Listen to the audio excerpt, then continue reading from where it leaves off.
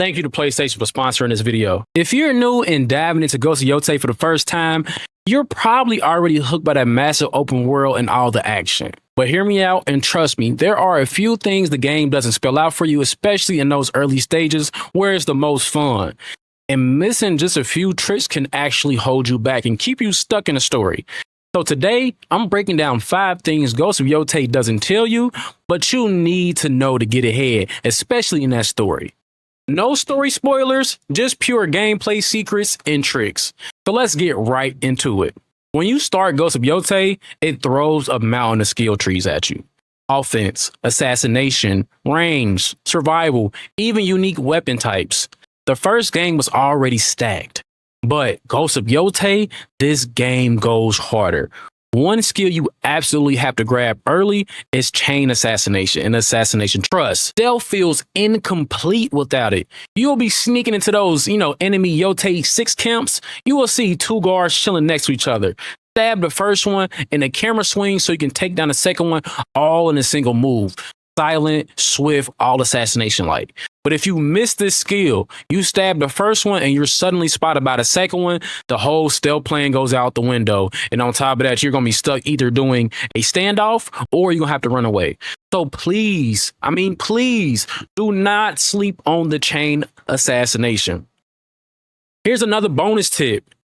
Those disarm counters, those yellow gleaming, glowing attacks. Y'all remember that in a tutorial?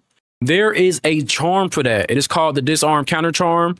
If you do not have it, those yellow glowing enemy attacks will wreck you, especially if you are not ready. But with this charm, you just hold triangle and you release it before their move finishes. And this will change the fight and flip it into your favor. Next up, you need to seek out the local sensei ASAP. There are some things the game barely hints at, and that is each region, biome, or landmass, or whatever you want to call it, has a local sensei, and tracking them down leads you to new weapon types and some new skills. Basically swapping out the old stance system from Ghost of Tsushima. So your default katana stance only takes you so far in this game because these enemies mix it up and they are tough. So you have to expand your arsenal. You need to knock out some sensei side missions before you pick fights with Yotei 6 bosses or even some Ronins from the bounty board. More weapons equals way more ways to dominate each battle. And some of y'all might even ask me, which Yotei 6 member do I target after the snake? Me personally, I say go after the Oni because it offers some cool abilities and the story intro just sets the stage for the rest of the game. But the choice is super flexible. You can go fight whoever you want to. It depends on your playthrough and your journey. Early on, Atsu, she gets a wolf companion, and it's not just some cosmetic pet. It's an actual gameplay changer. The wolf pops up in clutch moments. I mean, the wolf pops up when you're dead and you're about to die and it goes great. It comes and save you.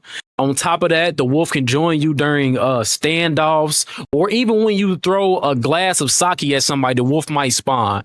So it brings an exclusive skill and an exclusive skill tree. So to power up your furry friend, you got to hunt down those wolf dens hidden in the world. You can buy those. You can buy at the cartographer where you buy maps, or you can just stumble upon it while you're driving around, riding around your horse, and you stumble upon some type of yellow bird that leads you to it. But you need to pay attention to this. If you look out for the twisted trees atop rocks, those are your markers for the wolf dens. If you trigger the wolf den event and invest those skill points, the mechanics stay mysterious at first, but amping and investing into that wolf is one of the most powerful upgrades you can grab. If you miss this, you're missing what I feel like is half the magic. You're missing half of yourself. You're missing half of Atsu in this game. This next one is kind of funny, and it might even sound basic, but throw everything, literally throw everything. Ghost of Yotei dials up the challenge, especially as you push past some of those early stages.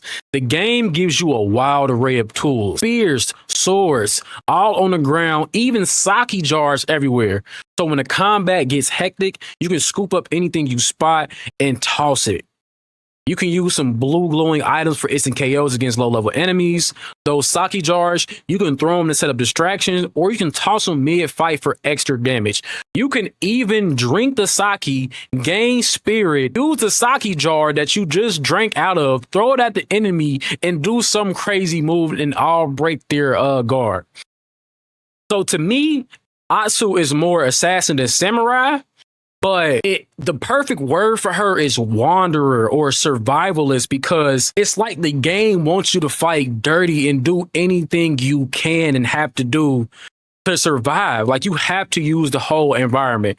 So resist the urge to play honorably. This is not Ghost of Tsushima. This is Ghost of Yotei. So spam those throw weapons for some real fun. And last but not least, cash in those bounties. Like, please do not miss out. The world in Ghost of Yotei is jam-packed with activities and distractions. You'll be driving and stumble upon some named bounty targets. You, of course, hopefully you'll drop them, and then you'll keep riding. But unless you go back to the town's bounty board and talk to the dude next to it, you'll miss out on some serious rewards. The game won't prompt you, and it's easy to forget. So every time you need to cash in, you can rack up some XP and even sometimes get special missions or unexpected follow-ups. So after every big fight or side quest, head back to the nearest bounty board and check for those payouts. You'll be surprised how often you're sitting on free rewards without even knowing it. If you haven't, chat, make sure you grab Ghost of Yotei today on PS5. The link is in the description. If you want to see some of these tips live, you can also hit up the link in my description below as well. I'll be live on Twitch. But if some of these tips actually saved you, it saves some headaches. Also, if you ever want to see some of these tips in live action, I am streaming live on Twitch, thanks to PlayStation. But hopefully some of these tips saved you guys some early headaches. But also, if you got some tips for other people, drop those Ghost of Yotei secrets in the comments, those charms, those armors. Share anything wild that you found that the game doesn't explain. But also hit that like and sub button, and I will see you guys out there.